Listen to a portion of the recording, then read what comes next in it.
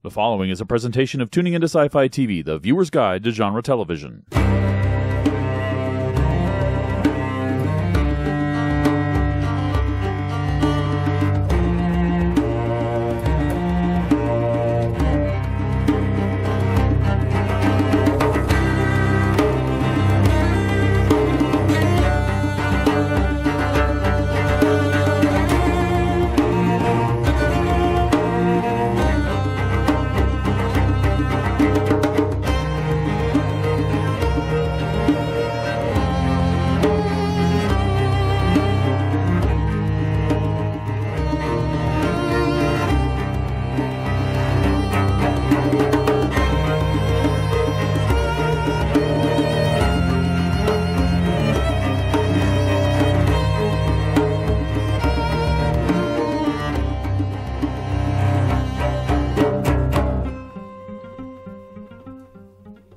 Welcome everyone to a special Google Hangout between the Tuning Into Sci-Fi Small Council, and today we're talking with the Game of Thrones Academy.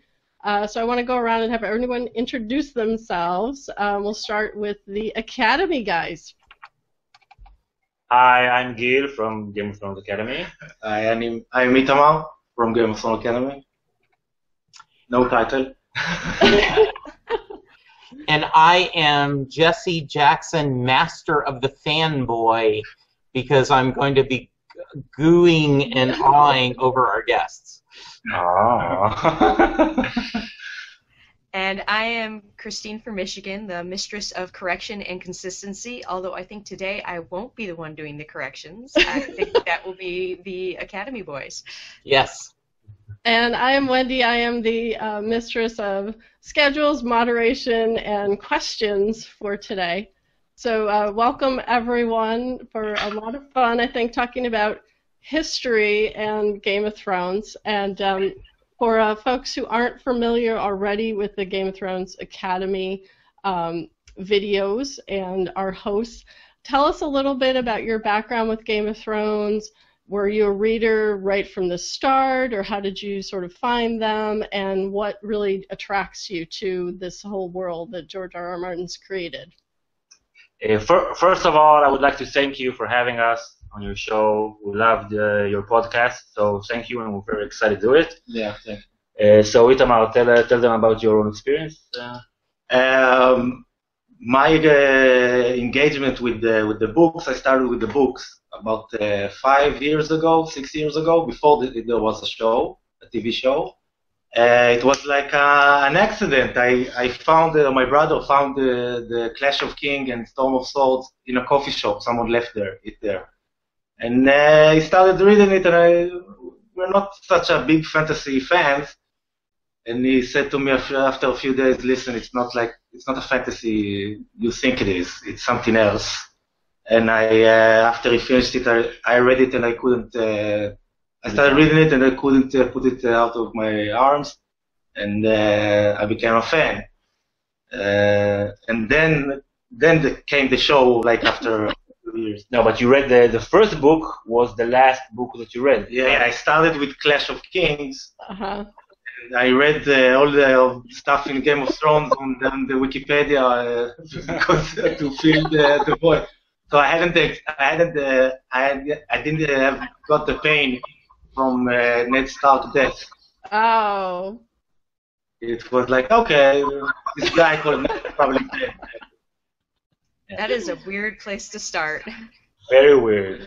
Actually, I started with the show, and after the third season, I read the first book, and after the fourth season this past year, I read all of them, and we started to talk about it every day. Like I would update them. Okay, so I'm at this part, and then we discuss it politically and historically. And all that time, I said, I have this theory. Just read the books. I want to tell you about my theory. I have this theory. He did spoil some of the books. Really? You did. Sorry. Sorry. That's okay, right? That's a hazard with book readers. Yes. Yeah, it is. That's funny because Shannon and Lou are more of the people who've read more of the books. Christine, I think you've read a couple too, right? Yeah, I'm actually somewhere in the middle of book 3. I had to put it down for a long time. School started. Yeah, and it's always interesting because I think the book readers walk a fine line of telling too much, spoiling too much inadvertently, but I also similarly I didn't read the books before the show, and then I listened to book 1 on books on tape, and it was useful to go back, but honestly I don't know if I would have kept reading after book 1 if I didn't know there was more coming or had to wait as long as the book readers did. So good on you. I love that you didn't read the first book because so many people connect with Ned as their Hook and the Stark. So you're probably not all that Team Stark either by not starting with book 1. You hate Caitlyn.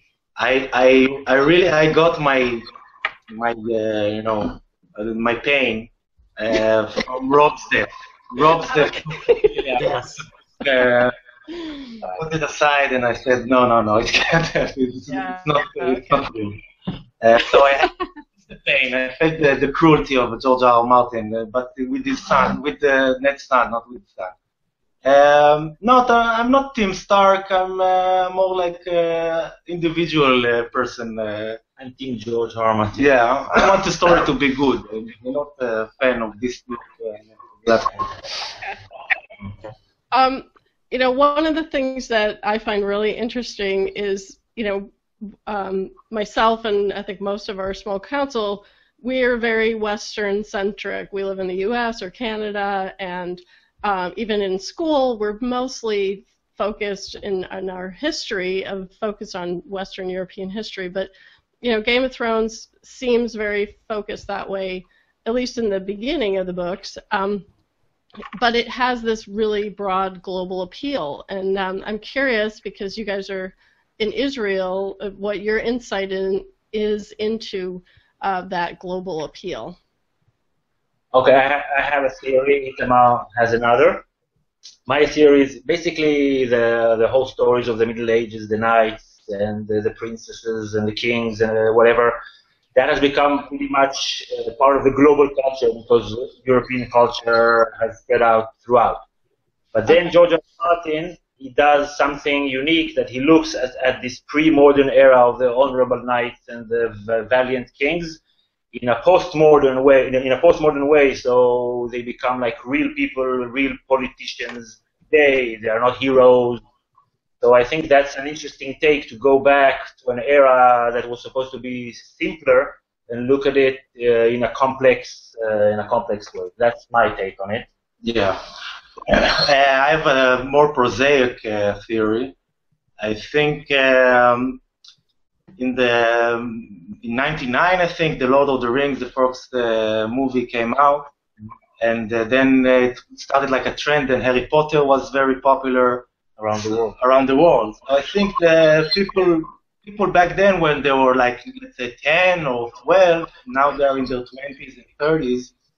So they got their background with fantasy, and now they're adults, so they want to get like a bold fantasy.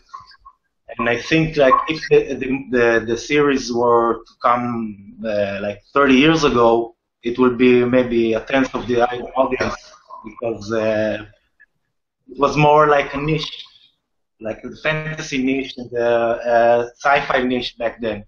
But now it's like mainstream. Lord of the Rings and Harry Potter made it mainstream, and Game of Thrones made it for adults, like real characters and not good versus evil, and with sex and blood and real consequences. So I think this is the appeal to the mainstream today. That's a really interesting take. I've certainly thought of the Lord of the Rings part, but I've never did the Harry Potter connection.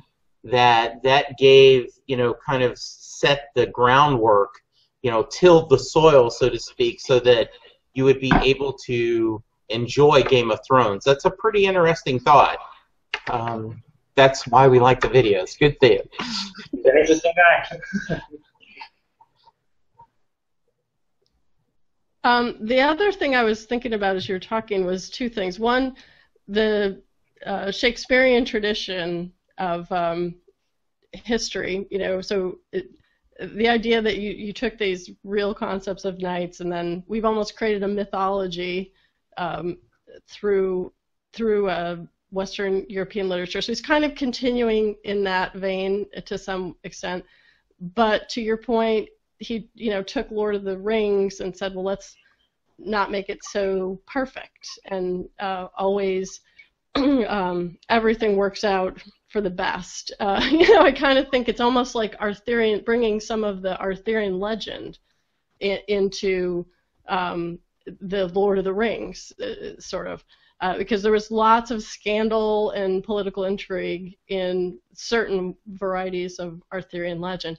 But I really like the idea of thinking about this as an evolution for audiences, because the Lord of the Rings did establish the sort of epic storytelling and people joining forces who maybe didn't always trust each other and had some bad history with each other. But then the idea that Harry Potter and the fantasy element of Harry Potter, the magic part, because Harry Potter's pretty dark, even though it's a story for young adults. I mean, Harry goes through some really dark times, so that's interesting that that's a gateway to Game of Thrones. I like that thought a lot. It's a gateway in terms of breaking to the mainstream, into the because fantasy was always popular. When I was younger, I read fantasy, like the Tolkien imitators, George R. R. Martin likes to call them. But it was like a niche. It wasn't that popular. It wasn't in the mainstream. It wasn't talked about. It wasn't a global, widespread phenomenon with memes and like politicians talking about it, and celebrities talking about it. Yeah, it wasn't taken very seriously. No. I mean, it's very hard for a fantasy or a science fiction movie or show to really get a lot of awards outside of, visual effects. But nowadays, that's changed. Yeah, when I can remember when the show was first announced, I had not read the books. I still haven't read the books. And you were going, well, it's HBO, so it'll be good, but Wendy and I both were fans of Rome, and that didn't catch on to, popular culture. So you're like, in the back of my mind, I'm like, okay, hopefully it'll be something good. But it'll probably be a one and done. It certainly won't be like Sopranos or The Wire or something like that. And then all of a sudden, it happens and it keeps growing. And I think it's a couple things, right? It is the culture's ready for it. And two, they execute really well. This is a well-told story with great acting, and it keeps surprising you. And especially as someone who hadn't read the books, there are the WTF moments all the time where you go, no, they can't do that, and they do. Yeah, I mean, Game of Thrones just won the most Emmy awards for a single season for a show, including Best Drama, including Best Writing. Peter Dinklage won for acting. There was a lot of the technical awards as well. But, it's nice to see that a show that is embraced by a large audience is also acknowledged to be a really good show, and it's not just, oh, the masses are just enjoying their popcorn. It's a legitimately deserved, awards for the complexity of the story, the acting, the whole production. It's well deserved. Although I think it's interesting, it comes at season 5, which is probably one of the most divisive, and where they're starting to deviate more from the source, and that's starting to create a lot of tension in the fandom, I think, too. And how we've had, this is the year where we had the Sansa storyline that was so controversial, and there's others that just think it's horrible, and then there's the people that go, have you not been watching the show? I mean, nothing good happens to this show. So and it's also not only entertaining us, but it's spurring a debate, which is what great drama does. Right. Definitely, definitely. I want to come back to history for a minute there because, George R. R. Martin talks about his inspirations, and I want to hear you guys talk about that in the context of the primary historical events. But, that's the argument for why the show retains so much sexism, misogyny, violence. The argument is, well, it's reflective of the period that inspired it. And I'm curious how much you agree or disagree with the idea that you have to, he's obviously committed to that in his writing, he's going to carry it through. Is that even a legitimate argument to you, that people can question that once the author's made the choice, that's the choice? Is there a valid critique even to question it? I think in the books there are not many people who attack George R. R. Martin for being sexist or for writing sexist plot lines, even though the violence there against women is harsher than it is on the show, because you can't show some of the stuff that you read, you imagine it, but if you will watch it, it will be too much to bear. Yeah. So I feel personally that the showrunners, their defense is, I don't know, it's like a blanket defense for everything. This happens in this world, it could happen, so if you write it in the story, then it's fine. I don't know, I think you can discuss specific plot lines and mention why they could be different, and actually they were different. Why, you can ask them, why did you change it from one thing to another? I think that's a legitimate critique of the show. And if you defend yourself generally saying this is something that happens in the world or in this world, I don't know, it wasn't very convincing for me, at least. Talking about specifically about Sansa. About Sansa, and I don't know, about Arya, her scene where she was amused, like the pedophile, this night.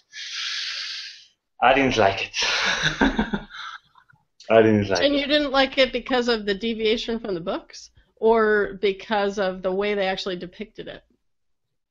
I think it was too much. Like Itamar says, they fell in love with the shock value. I didn't feel it had much purpose. I didn't feel it had any purpose. It didn't serve any purpose in the story. Okay, we got it. He's an evil bastard, whatever. So you don't have to show us again and again how he's beating up one girl and then another girl and then another. It was too much. And there were many similar instances this past season. As they started to write their own story and their own interpretation of the original story, I don't know. That bothered me. Frankly, that bothered me. I think of back on Battlestar Galactica, Ron Moore did a podcast after episodes, and he would discuss the show. And he would mention sometimes, we got criticism that we did blank. And he would say, I think that's a fair complaint. This is the decision we made, but now looking back, and I've gotten this feedback, I don't know if we would still have done it. I stand by, that's the decision we made, but we were trying to tell a story. And so I totally agree with you guys, just to say, well, it's the Middle Ages and we have to do this. Well, no, you make changes all the time. So if I would have preferred him going, we thought this was important to show what a SOB this guy was, and if we went over, we're sorry, but that was what we were trying to do.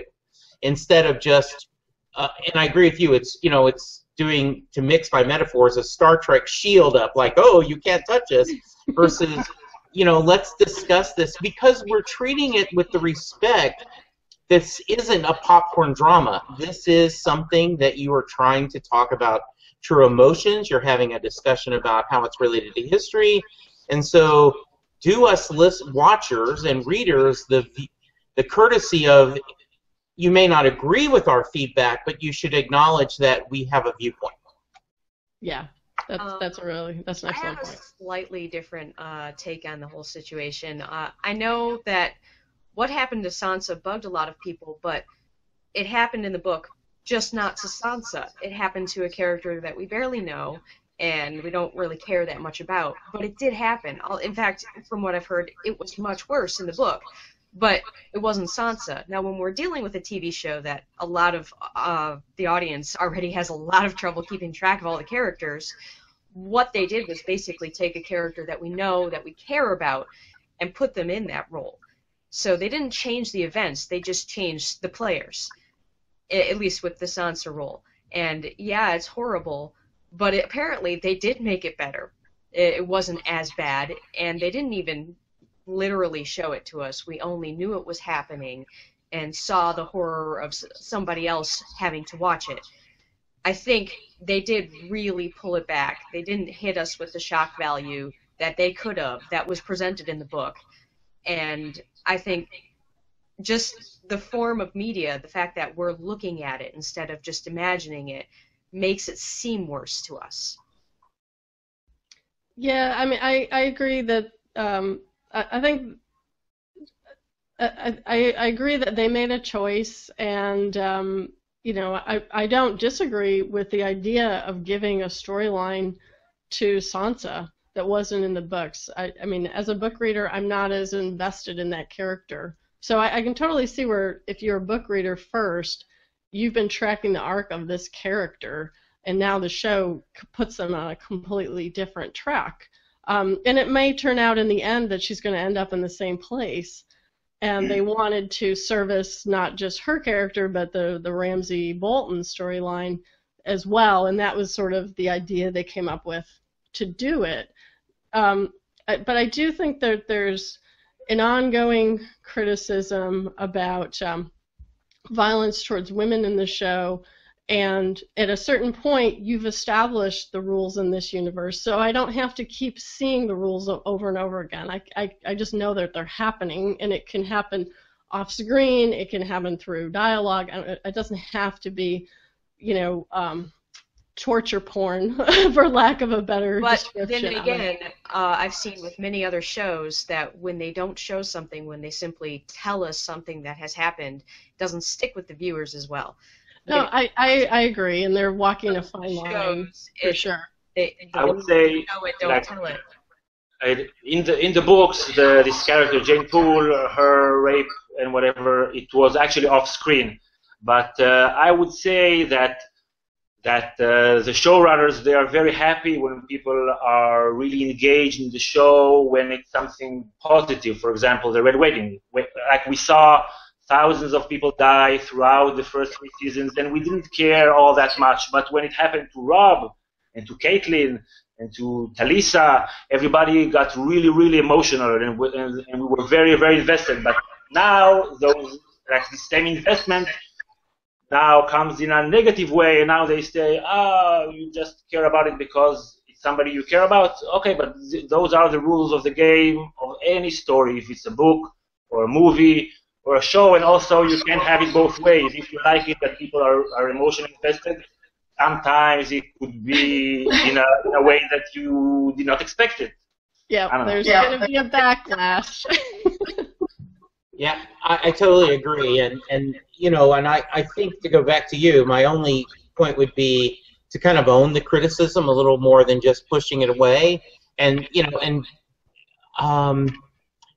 and I certainly don't think they should do the show based on fan input, because then it will be a horrible show. Because then we get heroes again. Yeah, and there's no one view of fandom, right, that has the idea.